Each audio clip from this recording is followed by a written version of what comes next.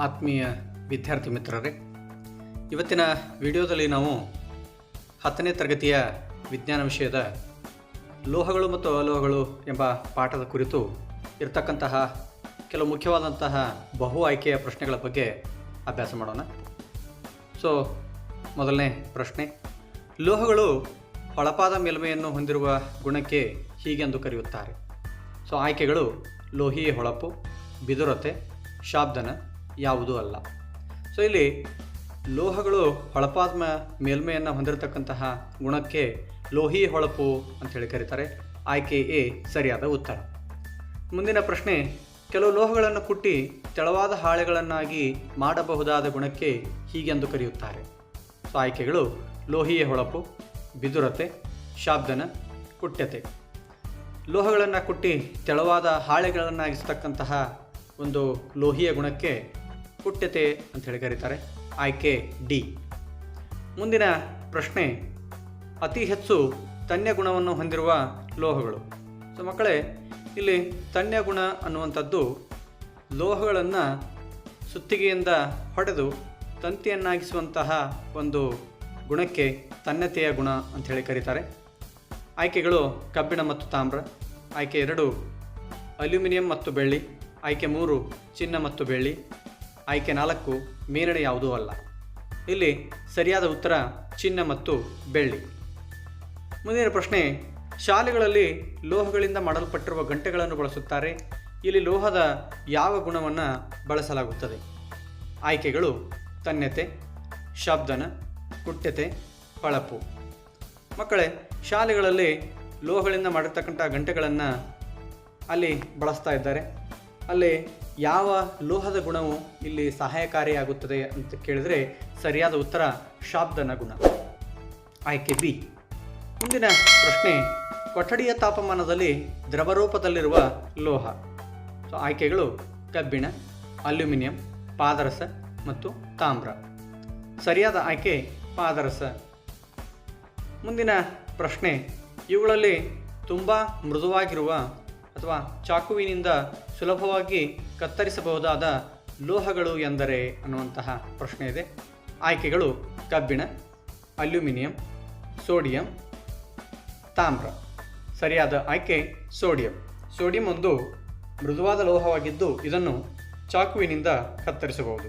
ಉಳಿದಾದಂತಹ ಕಬ್ಬಿಣ, ಅಲ್ಯೂಮಿನಿಯಂ, ತಾಮ್ರಗಳು ಇವು ಕಠಿಣವಾಗಿರ್ತಕ್ಕಂಥ ಲೋಹಗಳಾಗಿವೆ.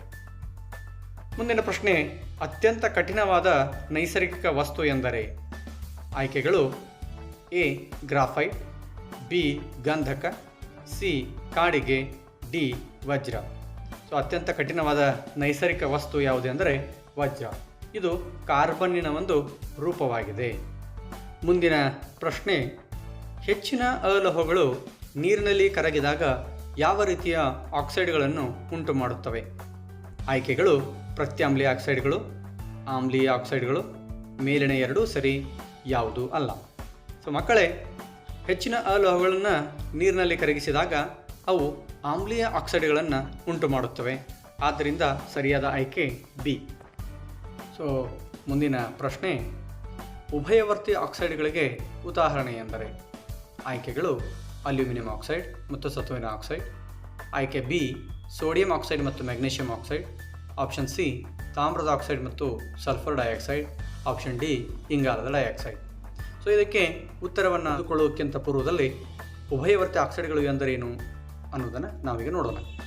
ಉಭಯವರ್ತಿ ಆಕ್ಸೈಡ್ಗಳಂದರೆ ಯಾವ ಆಕ್ಸೈಡ್ಗಳು ಆಮ್ಲ ಮತ್ತು ಪ್ರತ್ಯಾಮ್ಲ ಎರಡೂ ರೀತಿಯ ರಾಸಾಯನಿಕಗಳೊಂದಿಗೆ ವರ್ತಿಸಿ ಲವಣ ಮತ್ತು ನೀರನ್ನು ಉಂಟು ಮಾಡುತ್ತವೆಯೋ ಅವುಗಳನ್ನು ನಾವು ಉಭಯವರ್ತಿ ಆಕ್ಸೈಡ್ಗಳೆಂದು ಕರೆಯುತ್ತೇವೆ. ಇಲ್ಲಿ ಅಲ್ಯೂಮಿನಿಯಂ ಆಕ್ಸೈಡ್ ಮತ್ತು ಸತುವಿನ ಆಕ್ಸೈಡ್ಗಳು ಎರಡೂ ಆಮ್ಲ ಮತ್ತು ಪ್ರತ್ಯಾಮ್ಲ ಎರಡರೊಂದಿಗೂ ವರ್ತಿಸಿ ಲವಣ ಮತ್ತು ನೀರನ್ನು ಉಂಟು ಮಾಡುತ್ತವೆ. ಆದ್ದರಿಂದ ಸರಿಯಾದ ಆಯ್ಕೆ ಎ ಅಲ್ಯೂಮಿನಿಯಂ ಆಕ್ಸೈಡ್ ಮತ್ತು ಸತುವಿನ ಆಕ್ಸೈಡ್.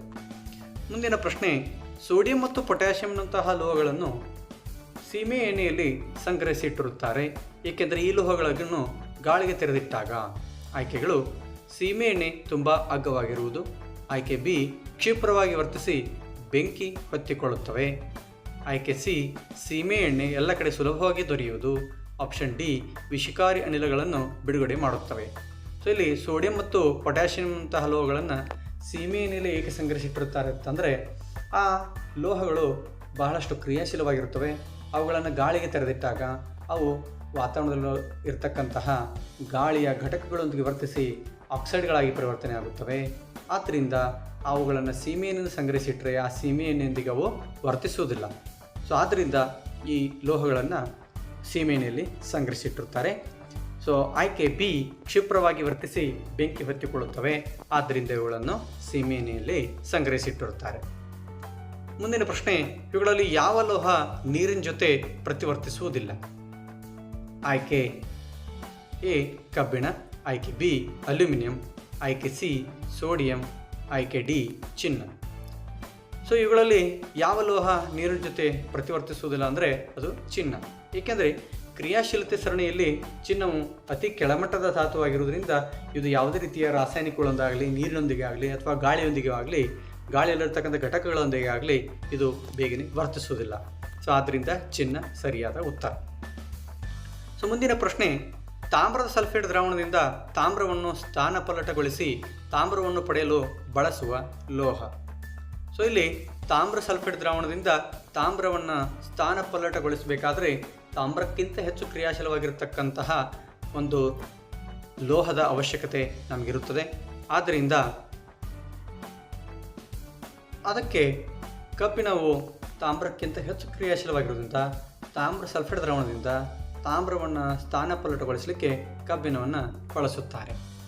ಮುಂದಿನ ಪ್ರಶ್ನೆ, ಇಲೆಕ್ಟ್ರಾನ್ಗಳ ವರ್ಗಾವಣೆಯಿಂದ ಉಂಟಾಗುವ ಬಂಧಕ್ಕೆ ಹೀಗೆಂದು ಕರೆಯುತ್ತಾರೆ. ಮಕ್ಕಳೇ, ಇಲೆಕ್ಟ್ರಾನ್ಗಳ ವರ್ಗಾವಣೆ ಅಂದರೆ ಸಂಪೂರ್ಣವಾಗಿ ಒಂದು ಧಾತುವಿನ ಇಲೆಕ್ಟ್ರಾನ್ ಮತ್ತೊಂದು ಧಾತುವಿಗೆ ವರ್ಗಾವಣೆ ಆಗುವಂತಹ ಒಂದು ಪ್ರಕ್ರಿಯೆ ಇಲ್ಲಿ ಯಾವ ರೀತಿಯ ಬಂಧವನ್ನು ಉಂಟು ಮಾಡುತ್ತದೆ ಅನ್ನುವಂಥದ್ದನ್ನು ಪ್ರಶ್ನೆಯನ್ನು ಇಲ್ಲಿ ಕೇಳಿದ್ದಾರೆ. ಸೊ ಆಯ್ಕೆಗಳು ಹೈಡ್ರೋಜನ್ ಬಂಧ, ಆಯ್ಕೆ ಬಿ ಲೌಹಿಕ ಬಂಧ, ಆಪ್ಷನ್ ಸಿ ಸಹವೆಲೆನ್ಸಿಯ ಬಂಧ, ಆಪ್ಷನ್ ಡಿ ಅಯಾನಿಕ್ ಬಂಧ. ಸೊ ಸರಿಯಾದ ಉತ್ತರ ಆಪ್ಷನ್ ಡಿ ಅಯಾನಿಕ್ ಬಂಧ. ಮುಂದಿನ ಪ್ರಶ್ನೆ, ಅಯಾನಿಕ್ ಸಂಯುಕ್ತಗಳು ಕಠಿಣವಾಗಿದ್ದು ಹೆಚ್ಚಿನ ಕರಗುವ ಬಿಂದು ಮತ್ತು ಹೆಚ್ಚಿನ ಕುದಿಯುವ ಬಿಂದುವನ್ನು ಹೊಂದಿರುತ್ತವೆ, ಏಕೆಂದರೆ? ಸೊ ಆಪ್ಷನ್ ಎ ಅವು ತುಂಬ ಅಶುದ್ಧತೆಯನ್ನು ಹೊಂದಿರುತ್ತವೆ, ಆಪ್ಷನ್ ಬಿ ಅವುಗಳು ಶಿಲೆಗಳ ರೂಪದಲ್ಲಿ ದೊರೆಯುವುದರಿಂದ, ಆಪ್ಷನ್ ಸಿ ಅವುಗಳಲ್ಲಿನ ಬಂಧವನ್ನು ಒಡೆಯಲು ಹೆಚ್ಚಿನ ಶಕ್ತಿ ಬೇಕಾಗುತ್ತದೆ, ಆಪ್ಷನ್ ಡಿ ಮೇಲಣೆ ಯಾವುದೂ ಅಲ್ಲ. ಸೊ ಸರಿಯಾದ ಆಯ್ಕೆ ಆಪ್ಷನ್ ಸಿ, ಅವುಗಳಲ್ಲಿನ ಬಂಧವನ್ನು ಒಡೆಯಲು ಹೆಚ್ಚಿನ ಶಕ್ತಿ ಬೇಕಾಗುತ್ತದೆ. ಮುಂದಿನ ಪ್ರಶ್ನೆ, ಅಯಾನಿಕ್ ಸಂಯುಕ್ತಗಳು ಯಾವಾಗ ತಮ್ಮ ಮೂಲಕ ವಿದ್ಯುತ್ ಹರಿಯಲು ಬಿಡುತ್ತವೆ? ಸೊ ಆಯ್ಕೆಗಳು ಆಪ್ಷನ್ ಎ ಸೂರ್ಯನ ಬಿಸಿಲಿನಲ್ಲಿ ಇಟ್ಟಾಗ, ಆಪ್ಷನ್ ಬಿ ದ್ರವಿಸಿದ ಅಥವಾ ದ್ರಾವಣ ಸ್ಥಿತಿಯಲ್ಲಿದ್ದಾಗ, ಆಪ್ಷನ್ ಸಿ ಅವುಗಳನ್ನು ಸೀಮೆ ಎಣ್ಣೆ ಒಳಗೆ ಇರಿಸಿದಾಗ, ಆಪ್ಷನ್ ಡಿ ಮೇಲಿನ ಎಲ್ಲವೂ ಸರಿ. ಸೊ ಅಯಾನಿಕ್ ಸಂಯುಕ್ತಗಳನ್ನು ನಾವು ದ್ರವಿಸಿದ ಅಥವಾ ದ್ರಾವಣ ಸ್ಥಿತಿಯಲ್ಲಿ ಇರಿಸಿದಾಗ ಮಾತ್ರ ಅವು ತಮ್ಮ ಮೂಲಕ ವಿದ್ಯುತ್ತನ್ನು ಹರಿಯಲು ಬಿಡುತ್ತವೆ, ಆದ್ದರಿಂದ ಆಯ್ಕೆ ಬಿ ಸರಿಯಾದ ಉತ್ತರ. ಮುಂದಿನ ಪ್ರಶ್ನೆ, ಇವುಗಳಲ್ಲಿ ಮುಕ್ತ ರೂಪದಲ್ಲಿ ದೊರೆಯುವ ಲೋಹಗಳು ಎಂದರೆ? ಸೊ ಮಕ್ಕಳೇ, ಮುಕ್ತ ರೂಪದಲ್ಲಿ ದೊರೆಯುವಂತಹ ಲೋಹಗಳು ಅಂತಂದರೆ ಯಾವ ಲೋಹಗಳು ಕ್ರಿಯಾಶೀಲತೆಯಲ್ಲಿ ಅತಿ ಕೆಳಗಿನ ಮಟ್ಟದಲ್ಲಿ ಇರುತ್ತವೆಯೋ ಅವುಗಳು ಯಾವುದೇ ರೀತಿಯಾದಂತಹ ಬೇರೆ ಧಾತುಗಳೊಂದಿಗೆ ಸೇರಿಕೊಂಡು ಸಂಯುಕ್ತದ ರೂಪದಲ್ಲಿ ವಾತಾವರಣದಲ್ಲಿ ದೊರೆಯುವುದಿಲ್ಲ ಯಾವುವು ಅನ್ನುವಂಥ ಪ್ರಶ್ನೆ ಕೇಳಿದ ಹಾಗೆ.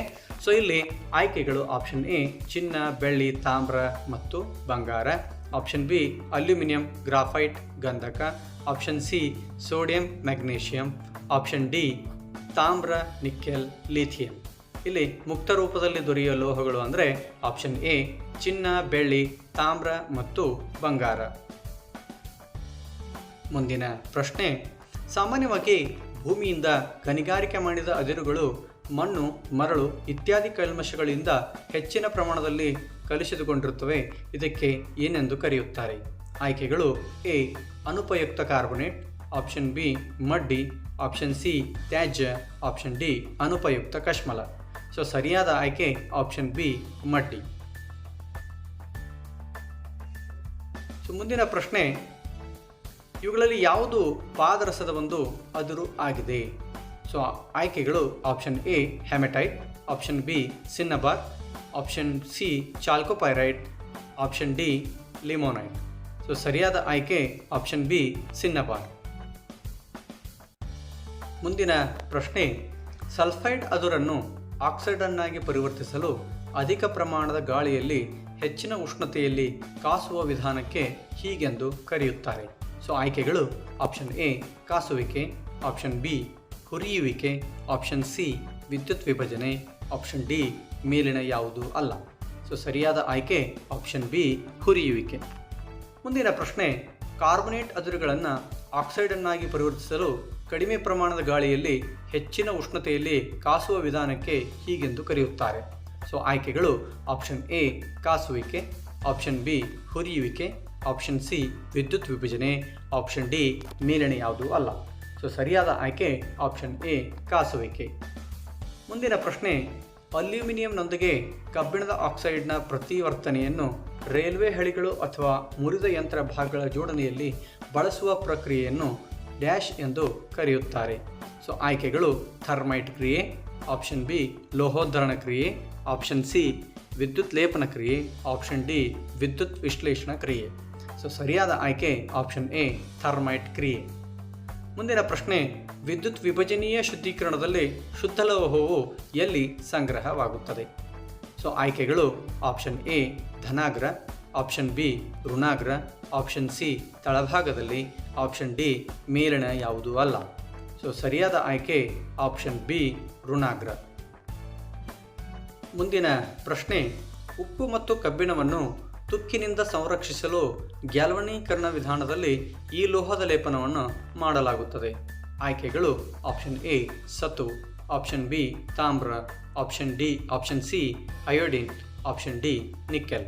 ಸೊ ಸರಿಯಾದ ಆಯ್ಕೆ ಆಪ್ಷನ್ ಎ ಸತು. ಮುಂದಿನ ಪ್ರಶ್ನೆ, ಕಬ್ಬಿಣವನ್ನು ಶುದ್ಧ ರೂಪದಲ್ಲಿ ಎಂದಿಗೂ ಉಪಯೋಗಿಸಲು ಸಾಧ್ಯವಿಲ್ಲ, ಏಕೆಂದರೆ ಆಪ್ಷನ್ ಎ ಶುದ್ಧ ಕಬ್ಬಿಣವು ಬೇಗನೆ ಇತರೆ ಧಾತುವಾಗಿ ಪರಿವರ್ತನೆಯಾಗುತ್ತದೆ, ಆಪ್ಷನ್ ಬಿ ಶುದ್ಧ ಕಬ್ಬಿಣವು ತುಂಬ ಮೃದುವಾಗಿದ್ದು ಉಷ್ಣತೆ ನೀಡಿದಾಗ ಸುಲಭವಾಗಿ ಹಿಗ್ಗುತ್ತದೆ, ಆಪ್ಷನ್ ಸಿ ಶುದ್ಧ ಕಬ್ಬಿಣವನ್ನು ಸಂಗ್ರಹಿಸುವುದು ಸುಲಭವಲ್ಲ, ಆಪ್ಷನ್ ಡಿ ಮೇಲಿನ ಎಲ್ಲವೂ ಸರಿ. ಸೊ 24ನೇ ಪ್ರಶ್ನೆಗೆ ಸರಿಯಾದ ಆಯ್ಕೆ ಆಪ್ಷನ್ ಬಿ ಶುದ್ಧ ಕಬ್ಬಿಣ ತುಂಬ ಮೃದುವಾಗಿದ್ದು ಉಷ್ಣತೆ ನೀಡಿದಾಗ ಸುಲಭವಾಗಿ ಹಿಗ್ಗುತ್ತದೆ.